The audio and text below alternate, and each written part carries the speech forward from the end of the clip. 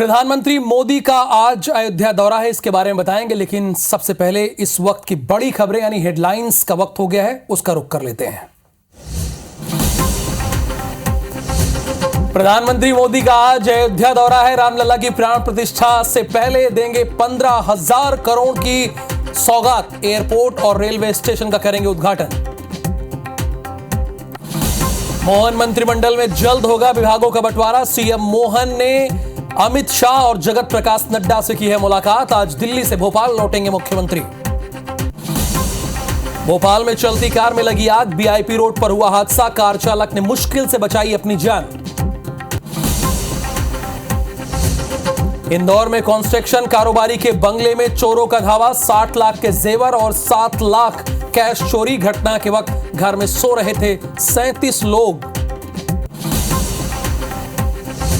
नए साल पर बदलेगा मौसम का मिजाज। मध्य प्रदेश में बारिश और ओले गिरने की संभावना। बारिश से पहले कई जिलों में छाया घना कोहरा। और आईबीसी 24 बार्क रिपोर्ट में एक बार फिर से हुआ नंबर 1। 26.32 मार्केट शेयर के साथ आईबीसी 24 सर्वोच्च शिखर पर। आपका बहुत धन्यवाद कि आपने आईबीसी को बनाया टॉप पर।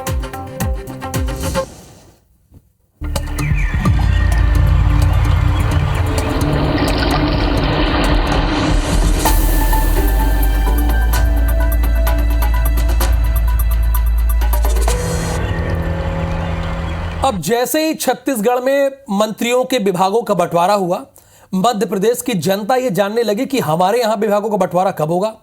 तो आपको बता दें कि डॉक्टर मोहन यादव अभी दिल्ली में हैं और उनकी कल ही देश के गृह मंत्री अमित शाह और भारतीय जनता पार्टी के राष्ट्रीय अध्यक्ष जगत प्रकाश नड्डा से मुलाकात हुई है। देश के गृह मंत्री अमित शाह से उनके आवास यानी 6A कृष्णा मेनन मार्ग पर मुलाकात हुई है और इसकी प्रबल संभावना है कि आज हो सकता है कि शाम तक विभागों का बंटवारा कर दिया जाए। चूंकि कैबिनेट मिनिस्टर तो बना दिए गए हैं, लेकिन उनके पास किसी तरह का कोई विभाग नहीं है। तो जब तक मंत्रियों के पास विभाग नहीं तो उनका क्या काम, यह भी सवाल उठता है। और मध्य प्रदेश की जनता यह भी पूछ रही कि हमने तो मैंडेट 3 तारीख को दे दिया था, यानी 3 तारीख को प्रचंड बहुमत दे दी थी एक दल को, यानी भारतीय जनता पार्टी को, लेकिन विभागों का बंटवारा कब होगा, कब कौन मंत्री है किस विभाग का, ये पता कब चलेगा। अब थोड़ा तो मध्य प्रदेश की जनता ने सब्र कर रखा था, लेकिन कल छत्तीसगढ़ में विभागों का बंटवारा हुआ तब मध्य प्रदेश की जनता चाह रही कि जल्द से जल्द उनके यहां भी ये पता चले।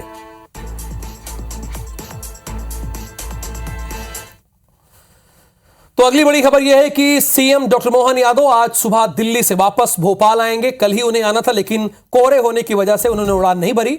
सीएम डॉक्टर मोहन यादव आज ओंकारेश्वर जाएंगे। दोपहर 12 बजे पहुंचेंगे ओंकारेश्वर। भगवान ओंकारेश्वर की करेंगे पूजा अर्चना। ओंकारेश्वर में ही रात्रि विश्राम करेंगे। अगले दिन सिंगा जी के दर्शन करेंगे। हनुवंतिया भी जाएंगे सीएम। जल महोत्सव में भी उन्हें शामिल होना है। सीएम डॉक्टर मोहन यादव को तो रात में ही दिल्ली से भोपाल के लिए रवाना हो जाना था, परंतु घने कोहरे की वजह से उड़ान नहीं भर सकी उनकी फ्लाइट, इसलिए उन्होंने कार्यक्रम बदला और आज सुबह रवाना होंगे भोपाल के लिए और उसके बाद सीधे ओंकारेश्वर जाएंगे। 12 बजे वहां पहुंचने का कार्यक्रम रखा गया है और ओंकारेश्वर में ही उन्हें रात्रि विश्राम करना है। अगले दिन सिंगा जी के दर्शन करेंगे। हनुवंतिया भी जाएंगे सीएम और जल महोत्सव में भी उन्हें शामिल होना है। तो back to back CM doctor Mohan Yadav के कई कार्यक्रम लगे हुए हैं।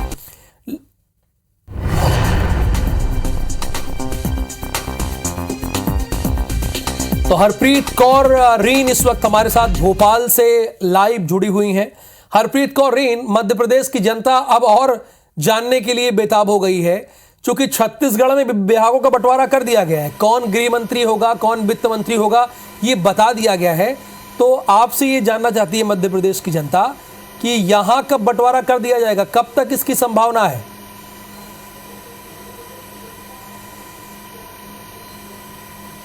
देखिए, बिल्कुल मध्य प्रदेश में इस बार अगर बात की जाए तो विधानसभा चुनाव में परिणाम के बाद से ही लोगों को खासा इंतजार करना पड़ रहा है, चाहे मुख्यमंत्री के नाम की बात हो या फिर कैबिनेट विस्तार की बात हो, कैबिनेट में शामिल मंत्रियों के विभागों की बात हो। तो एक जो लंबा इंतजार है वो लगातार बढ़ता ही जा रहा है। लेकिन अब उम्मीद जताई जा रही है कि साल के आखिरी 2 दिन, आज का दिन मिलाकर बचा है, तो इन 2 दिनों में जरूर मंत्रियों के विभागों का बंटवारा हो जाएगा। इस बात पर मोहर दरअसल इसको लेकर लगती है कि मुख्यमंत्री डॉक्टर मोहन यादव का जो दिल्ली दौरा हुआ है वो अब आज सुबेरे वापस लौटने वाले हैं। जैसा कि आपने भी बताया कि कल देर रात उन्हें वापस भोपाल आना था दिल्ली से, लेकिन घने कोहरे के चलते वो नहीं आ पाए। आज अब कुछ देर बाद ही उनके भोपाल वापस पहुंचने की उम्मीद है। इसके साथ ही कल उन्होंने केंद्रीय गृह मंत्री अमित शाह, राष्ट्रीय अध्यक्ष जेपी नड्डा से मुलाकात की है और मंत्रिमंडल में जो विभागों का बंटवारा है उसे लेकर जो सहमति है वो यहाँ पर बन गई है और कहा जा रहा है कि अब उसी लिस्ट को लेकर मुख्यमंत्री डॉक्टर मोहन यादव कुछ देर बाद भोपाल पहुंचेंगे। दरअसल मंथन का ये दौर अब मंत्रिमंडल में विभागों को लेकर इसलिए है क्योंकि इस बार जो टीम मध्य प्रदेश में मंत्रिमंडल की है वो युवा और इसके साथ ही दिग्गजों की है। दिग्गजों के विभागों के बंटवारे को लेकर ही दरअसल जो इतनी कवायद है वो की जा रही है। तो लेकिन फिलहाल अब ये बात सामने आई है कि ये इस मंथन पर भी अब विराम लग गया है, चर्चा पर भी जो विराम है वो लग चुका है और अब आज और कल यानी इन 2 दिनों में मंत्रियों के विभागों का बंटवारा कर दिया जाएगा और इसके साथ ही 1 जनवरी से मध्य प्रदेश की डॉक्टर मोहन यादव की सरकार पूरी तरह से अपने विभागों को लेकर काम करेगी। जी, तो जाहिर सी बात है, यानी ये माना जाए कि आज विभागों की जो लिस्ट है वो राज्यपाल के पास पहुंचाएगी और उसके बाद हो सकता है कि शाम तक, क्या ये संभव है कि शाम तक मंत्रियों को पता चल जाए कि वो किस विभाग के मंत्री हैं? हरप्रीत,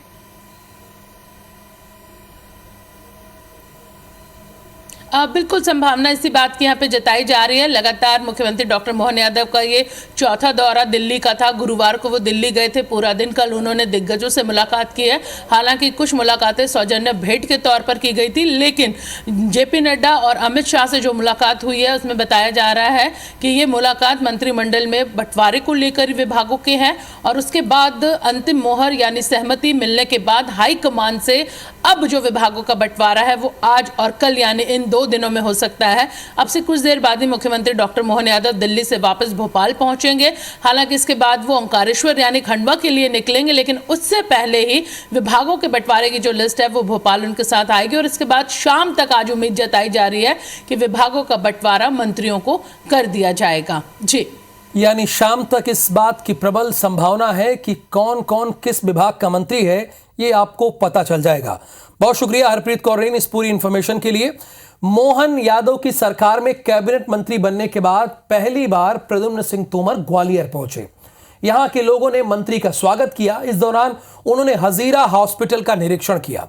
तोमर ने विभागों के बंटवारे को लेकर कहा कि यह निर्णय आला कमान का है, लेकिन विपक्ष के पास अभी कोई मुद्दा नहीं है, इसलिए वो फालतू की बात कर रहे हैं। इसके साथ ही राम मंदिर को लेकर मंत्री ने कहा कि चुनाव के समय कांग्रेस राम को याद करती है। इससे पता चलता है कि कांग्रेस राम मंदिर का उपयोग चुनाव के लिए करती है। वहीं राहुल गांधी की न्याय यात्रा को लेकर भी तोमर ने निशाना साधा है।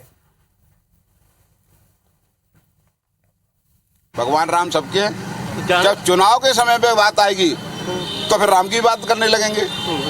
इससे मालूम पड़ता है कि ये सिर्फ चुनाव के लिए राम को याद करते हैं। पहले उन्होंने भारत जोड़ो यात्रा की तो मैंने उनसे पूछा था कि भारत तोड़ा था क्या? पहले तोड़ा था क्या? अब निकालना है न्याय यात्रा। इससे पहले क्या अन्याय किया था उन्होंने? और अन्याय किया था तो सार्वजनिक रूप से माफी मांगे, तो न्याय यात्रा निकाले। तो सार्वजनिक रूप से माफी मांगने के लिए कह रहे हैं प्रद्युम्न सिंह तोमर राहुल गांधी को। इधर इंदौर में भाजपा विधायकों और कार्यकर्ताओं का संवाद आयोजित किया गया है। इस दौरान कार्यकर्ताओं को संबोधित करते हुए कैबिनेट मिनिस्टर कैलाश विजयवर्गीय ने बीजेपी की जीत का श्रेय देश के प्रधानमंत्री मोदी को दिया। साथ ही उन्होंने कहा कि अधिकारी योजनाओं का बंटाधार कर देते हैं। वहीं गुना अग्निकांड को लेकर की गई कार्रवाई के लिए सीएम मोहन की तारीफ की है। साथ ही कांग्रेस नेता सैम पिट्रोडा के बयान पर विजयवर्गीय ने पलटवार करते हुए कहा कि भारत को समझने के लिए भारत का नजरिया चाहिए। विदेश के नजरिए से अगर भारत को देखेंगे तो आप कभी सफल नहीं हो सकते।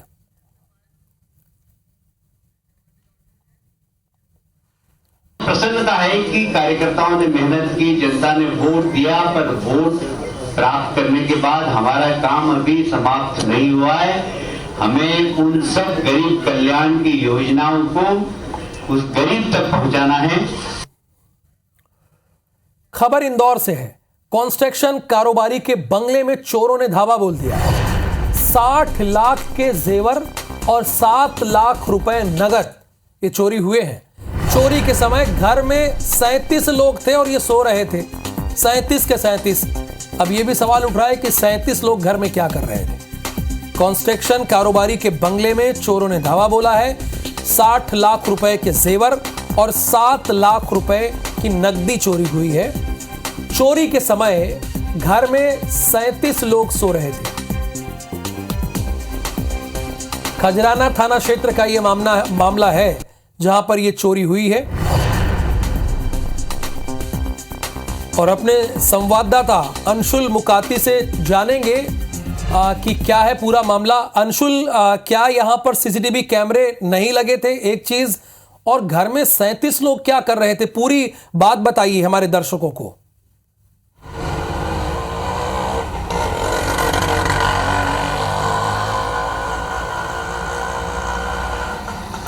चलिए, फिलहाल अंशुल तक हमारी आवाज नहीं पहुंच रही। थोड़ी देर में उनसे संपर्क करते हैं कि क्या यहां पर किसी तरह कोई कार्यक्रम था। 37 लोग घर में क्या परिवार के सदस्य थे और कितने बजे चोरी हुई है? क्या घर में सीसीटीवी कैमरा नहीं था? क्या किसी तरह का? ये सारी जानकारी हम उनसे लेंगे। चूंकि कंस्ट्रक्शन कारोबारी के यहाँ ये चोरी हुई है। 60 लाख के जेवर और 7 लाख नगद चोरी किए गए हैं। हालांकि मामले की जांच विस्तार से इस बात की पुलिस कर रही है। ये खजराना थाना क्षेत्र का ये मामला है।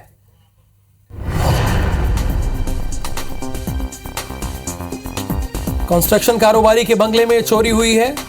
60 लाख के जेवर और 7 लाख रुपए नकदी चोरी की गई। और चोरी के समय घर में 37 लोग सो रहे थे। अब क्या किसी तरह का कोई फंक्शन था? लोगों के मन में भी सवाल है, चूंकि अगर किसी घर में 37 लोग रह रहे हैं तो जाहिर सी बात है अगर वहां फंक्शन होगा तभी लोग गए होंगे, या परिवार के ही मेंबर थे, सभी एकजुट होकर रहते थे। ये कई सवाल है, क्योंकि आमतौर पर 37 लोग किसी परिवार में नहीं होते हैं। ऐसा आजकल के समय में बड़ा कम देखने को मिलता है। अंशुल मुकाती इस वक्त हमारे साथ जुड़े हुए हैं। अंशुल, क्या घर में सीसीटीवी फुटेज नहीं था, कैमरा नहीं था? और दूसरी बात, क्या घर में किसी तरह का फंक्शन था, प्रोग्राम था? क्योंकि आप ही बता रहे हैं कि 37 लोग उस वक्त सो रहे थे घर में।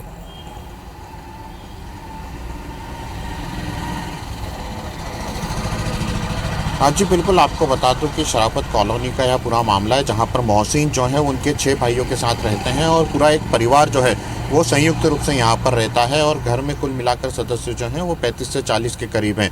3 मंजिला यह पूरा मकान है जिसमें कि पूरा परिवार रहता है। और जहाँ पर चोरी हुई वो इस पूरे 3 मंजिला मकान की सबसे निचले वाला हिस्सा था, सबसे नीचे का हिस्सा था जहाँ पर चोरी हुई। वहाँ पर एक बुजुर्ग महिला और 2 बच्चे सो रहे थे। और जिस समय चोर अंदर घुसते हैं, उसके बाद वहाँ पर चोरी करते हैं और उसके बाद फरार हो जाते हैं। इस पूरी घटना में घर में सीसीटीवी कैमरे भी लगे हैं, लेकिन चोर इतने शातिर थे कि वो सीसीटीवी कैमरे का डीवीआर जो है वो भी अपने साथ ले गए। हालांकि जब सुबह परिवार उठा और नीचे आया, उसके बाद इस पूरी चोरी की घटना का खुलासा हुआ। और उसके बाद जब आकलन किया गया तो सामने आया कि लगभग 50 लाख के गहने, जो कि पूरे संयुक्त परिवार के सभी महिलाओं के, सभी लोगों के जो गहने थे वो नीचे तिजोरी में रखे गए थे। और लगभग 10 लाख रुपए कैश जो है वो वहाँ पर रखा गया था। बताया जाता है कि परिवार जो है बड़ा कारोबारी, मोहसिन और उनके भाई जो हैं वो कॉलोनी डेवलपमेंट करने का काम जो है वो करते हैं। और संयुक्त रूप से एक ही जगह पूरा परिवार जो है वो यहाँ पर रहता है। लगभग 4 से 5 परिवार हैं और सभी की संख्या जो है वो लगभग इतनी बताई जाती है।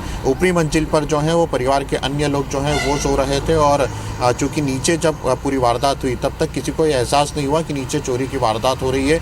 यहाँ तक कि जब तिजोरी को तोड़ा गया तब भी वहाँ पर जो बच्चे और अन्य बुजुर्ग महिला सो रही थी उन्हें भी इस पूरे मामले की जानकारी नहीं लगी। जिसके बाद जब सुबह परिवार नीचे आया तो पूरी घटना का खुलासा हुआ। हालांकि इसके बाद आसपास के सीसीटीवी फुटेज जो है वो खंगाले जा रहे हैं। मोहल्ले में जो अन्य सीसीटीवी फुटेज लगे हैं उन्हें खंगाला जा रहा है और पुलिस के द्वारा यह भी जांच की जा रही है कि पूरी चोरी की वारदात जो हुई है उसमें क्या किसी घर के भी या किसी परिचित का भी हाथ हो सकता है, क्योंकि घर में कहाँ पर इतना सब कुछ पैसा और सोना रखा हुआ है इसकी जानकारी चोरों को कैसे लगी और चोरों ने क्यों ऊपर के घरों में जाने का कोशिश जो है वो नहीं की। ये पूरे मामले की जांच जो है इन सब समीकरणों पे पुलिस के द्वारा की जा रही है। हालांकि लगातार जो परिवार है उसका यही कहना है कि परिवार का कोई भी सदस्य इसमें शामिल नहीं हो सकता है, क्योंकि पूरा परिवार सालों से संयुक्त रूप से ही यहाँ पर रहता आया है और किसी भी प्रकार से किसी भी लेकिन अंशुल इसकी बहुत प्रबल संभावना है पुलिस के द्वारा जो है आप ठीक कह रहे हैं कि हो सकता है कि परिवार का कोई सदस्य ना हो, लेकिन जिसने चोरी की है उसका घर में आना जाना जरूर रहा होगा या उसने किसी से मुखबिरी जरूर की होगी, यानी जानने की कोशिश की होगी कि कहां गहना रखा जाता है, वहां कितने लोग सोते हैं। इसकी तो संभावना लग रही है। फिलहाल आपका बहुत बहुत शुक्रिया इस पूरी इंफॉर्मेशन के लिए। टीकमगढ़ से अगली खबर है। विद्युत कर्मचारियों पर हमला हुआ है। 4 कर्मचारियों की पिटाई हो गई है। लाइन काटने के लिए पहुंचे थे विद्युत कर्मचारी। बिजली चोरी की शिकायत पर ये कर्मचारी पहुंचे थे। मारपीट के सभी आरोपी भाग गए हैं। कोतवाली थाना क्षेत्र की घटना है। अब जाहिर सी बात है, अगर आप बिजली चोरी करेंगे तो आपका कनेक्शन तो कटेगा और कई जगह पर यह भी है कि आपके खिलाफ FIR भी होगा, आप बिजली चोरी कर रहे हैं। लेकिन यहां पे बिजली चोरी करने पर जब बिजली कनेक्शन काटने के लिए कर्मचारी गए तो बिजली कर्मचारियों को कूट दिया गया और मारा पीटा गया है और उसके बाद आरोपी भाग गए हैं। ये वो सारे बिजली कर्मचारी हैं जो अपना काम कर रहे थे, अपनी ड्यूटी बड़ी ईमानदारी से कर रहे थे, जो हम आपको दिखा रहे हैं। 4 कर्मचारियों की पिटाई हुई है और ये अपनी ड्यूटी कर रहे थे, जो इन्हें कहा गया था वो कर रहे थे, चूंकि इनका पहला कर्तव्य यही है कि बिजली चोरी को रोकना। खबर इंदौर से है। बंधक बनाकर मजदूर की पिटाई की गई है। सियागंज के व्यापारी ने मजदूर को बंधक बनाया है। मजदूर को बंधक बनाकर बड़ी बेरहमी से पीटा गया है। व्यापारी समेत 5 पर FIR दर्ज हो गई है। व्यापारी पर भी। मजदूर पर चोरी का एलिगेशन लगाकर बंधक बनाया गया था। सेंट्रल कोतवाली थाना क्षेत्र का यह मामला है। अब मान लीजिए अगर हम मान भी लेते हैं कि उसने चोरी की थी, तो बंधक बनाने वाले और सजा देने वाले आप कौन हैं? क्या आप अदालत हैं? नहीं है अदालत ना। तो जो है वही रहिए। अगर चोरी करने का आपके पास कोई सबूत मिल भी गया कि उसने चोरी की है, तो इस बात की कंप्लेन आप पुलिस से कीजिए, कानून को हाथ में मत लीजिए।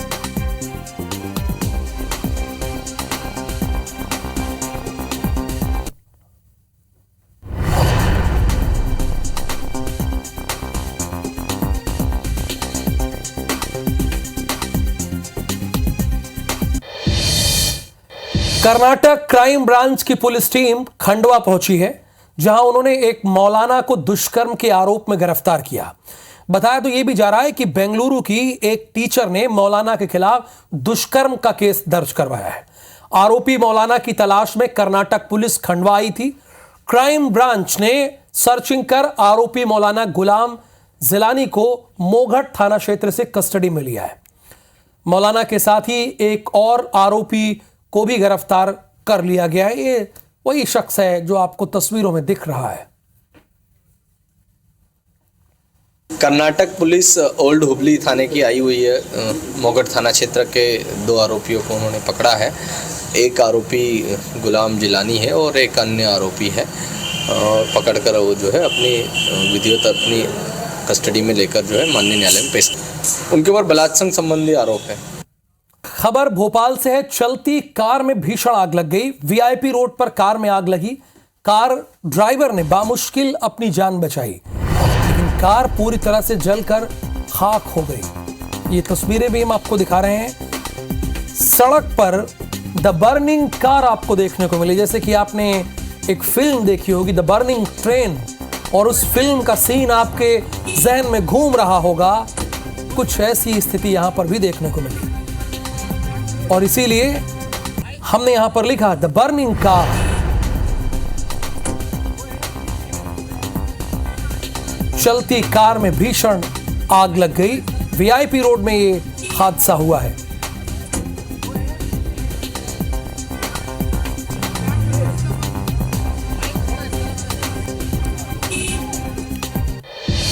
अब इधर भोपाल में चलती कार में आग लगी है और इधर चलती ट्रेन में महिला की सेफ डिलीवरी हो गई। मुंबई मेल की 3rd AC में सवार थी महिला। भोपाल के डॉक्टर ने महिला का प्रसव कराया। मैहर स्टेशन के पास महिला का प्रसव कराया गया। महिला और नवजात दोनों फिट एंड फाइन है। मैहर अस्पताल में फिलहाल उन्हें एहतियातन एडमिट करा दिया गया है। दोनों स्वस्थ हैं, जच्चा और बच्चा दोनों फिलहाल फिट है। ये लो। महिला और नवजात दोनों स्वस्थ हैं, फिट हैं।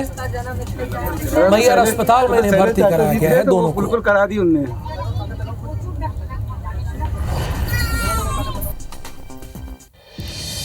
अब आपको मध्य प्रदेश के बाद कश्मीर लेके चलते हैं। कश्मीर के पुंछ में हुए आतंकी मुठभेड़ में सागर के रहने वाले राजेश यादव शहीद हो गए। राजेश यादव का पार्थिव शरीर गृहग्राम क्वायला पहुंचा। इस दौरान कैबिनेट मंत्री प्रहलाद पटेल समेत क्षेत्रवासियों ने उन्हें नम आंखों से विदाई दी। सेना के जवानों ने शहीद को अंतिम सलामी दी। शहीद राजेश की अंतिम यात्रा में हजारों लोग शामिल हुए। 21 दिसंबर को आतंकियों से मुठभेड़ में BSF के जवान राजेश जख्मी हो गए थे, जिनकी इलाज के दौरान 27 दिसंबर को मौत हो गई।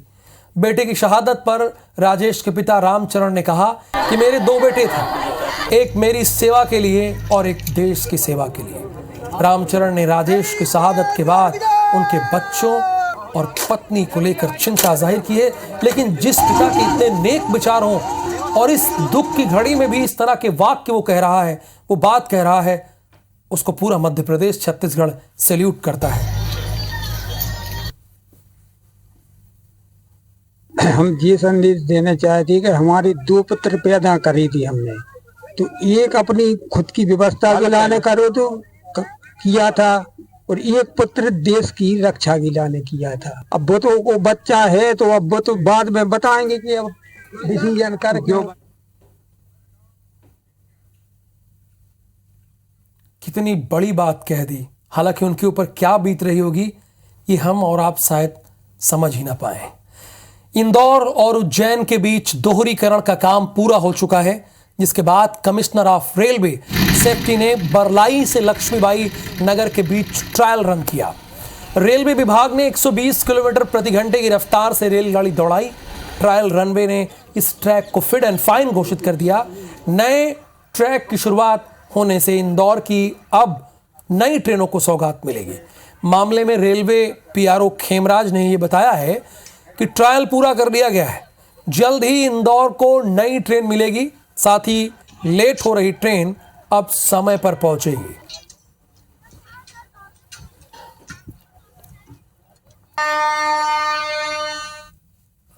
तकरीबन 90 की स्पीड से ट्रेन को अधिकृत दिया है। इसके बाद में धीरे धीरे स्पीड को बढ़ाया जाएगा। तो पहली तरह से पूरी तरह से जो इंस्पेक्शन हुआ मोटर ट्रॉली से हुआ, ये बरलई से और लक्ष्मीबाई नगर के बीच में मोटर ट्रॉली से हुआ। इसके बाद में शाम को स्पीड ट्रायल के द्वारा इस ट्रैक को परखा गया। हालांकि अब तो आप मोबाइल से अपडेट हो जाते हैं, लेकिन फिर भी हम आपको बता रहे हैं कि नए साल पर प्रदेश का मौसम बदलने वाला है। बारिश ओले से पहले प्रदेश में घना कोहरा छाया रहेगा। हिमालय क्षेत्र में पश्चिमी विक्षोभ की वजह से यह घना कोहरा रहेगा। 4 जनवरी तक प्रदेश में मौसम का मिजाज बदला रहेगा, यानी टेम्परेचर गिरेगा, जो अभी है उससे और गिरेगा। भोपाल में न्यूनतम तापमान अभी 12.6 है, जो कि ठीक ठाक है। इंदौर में 15.4 है, यानी बहुत ठंड नहीं है। ग्वालियर में 10.8, जबलपुर में 11.5, हिल स्टेशन पंचमढ़ी में ज्यादा ठंडे, यानी पचमढ़ी से ज्यादा ठंडे राजगढ़ और सागर है। यहाँ पर 8.6 और 8.7। इस भीषण ठंड में अगर इतना भी टेम्परेचर है तो ठीक है, बहुत घबराने की जरूरत नहीं। लेकिन हाँ, एक चीज आपको करना है, एहतियात जरूर बरतना है। जब घर से बाहर निकले तो अपने कानों को ढक कर निकले।